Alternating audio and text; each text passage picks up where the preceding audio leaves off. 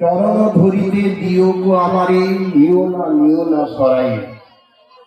দেশ মাতাকে প্রণাম জানিয়ে দেশের কৃষ্টি সংস্কৃতির প্রতি শ্রদ্ধা জ্ঞাপন করে দেশের জন্য যারা আত্মদান করেছে তাদেরও প্রণাম জানিয়ে আজকে মঞ্চে উপবিষ্ট সমস্ত গুণীজন, সামনে বসে থাকা দর্শক মন্ডলী, সবাইকে আমার শ্রদ্ধা, প্রণাম, ভালোবাসা, অভিনন্দন ও শুভেচ্ছা জ্ঞাপন করি।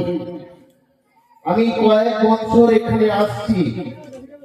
মেডিভেলি রয়্যাল বেঙ্গল টাইগারের সম্মানীয় সভাপতি, অন্যান্য সদস্যরা, আমারই প্রায় 4জন ছাত্র, তাদের প্রতি রইল আমার আশীর্বাদ। এই কয়েক বছর ধরে আমি দেখছি যে এখানে এরা বিভিন্ন সাংস্কৃতিক অনুষ্ঠান করে, এটা খুব ভালো লাগে।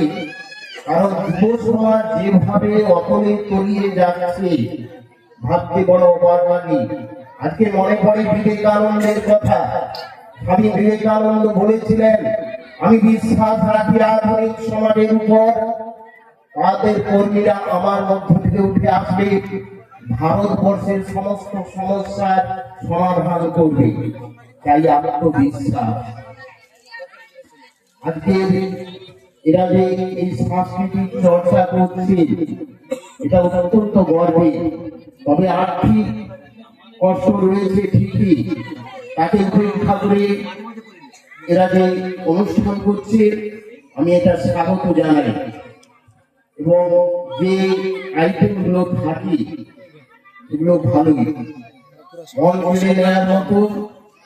বাইবেলে একটা কথা রয়েছে, man does not live by bread alone. মানুষ খেয়ে পরে বাঁচতে পারে না, তাকে বাঁচতে গেলে কাব্য চর্চা করতে হবে, শিল্প চর্চা করতে হবে, এগুলো করতে হবে। এগুলো অতি শৈশব থেকে এই চর্চা করতে হয়। সেই আবৃত্তি বলুন, ছবি আঁকা বলুন, অনেকে নাট্যশিল্পেও যোগ দেয়।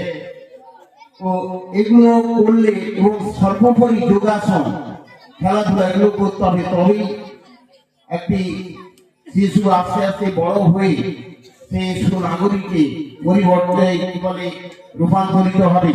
তবে আমি কালকে এসেছিলাম আবৃত্তির প্রতিযোগিতা। আমি প্রত্যেক বছর প্রায় একই রকম কথা বলি, এবার একটু অন্য কথা বলে যাব। এই যে আবৃত্তি কেন করবো বা আবৃত্তি কি? আবৃত্তি হচ্ছে কোন কবিতা, কোন ব্যক্তি তার পরিশীলিত কণ্ঠের ওঠানামা বা সুস্পষ্ট অর্থ, উচ্চারণ, ছন্দের সৌন্দর্যে কবিতার ভাব ও আনুগত্য স্বীকার করে কবি কবিতা সম্পর্কে নিজের আবেগ অনুভূতি দিয়ে যে মায়াময় কণ্ঠ রূপ তৈরি করে, সেটাই হচ্ছে আবৃত্তি।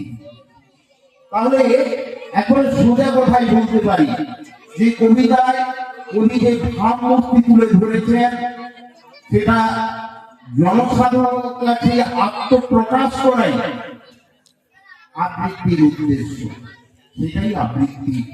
তবে স্মৃতি হচ্ছে আবৃত্তির উৎস, উচ্চারণ হচ্ছে তার প্রাণ, আর ধ্বনি হচ্ছে কণ্ঠস্বর।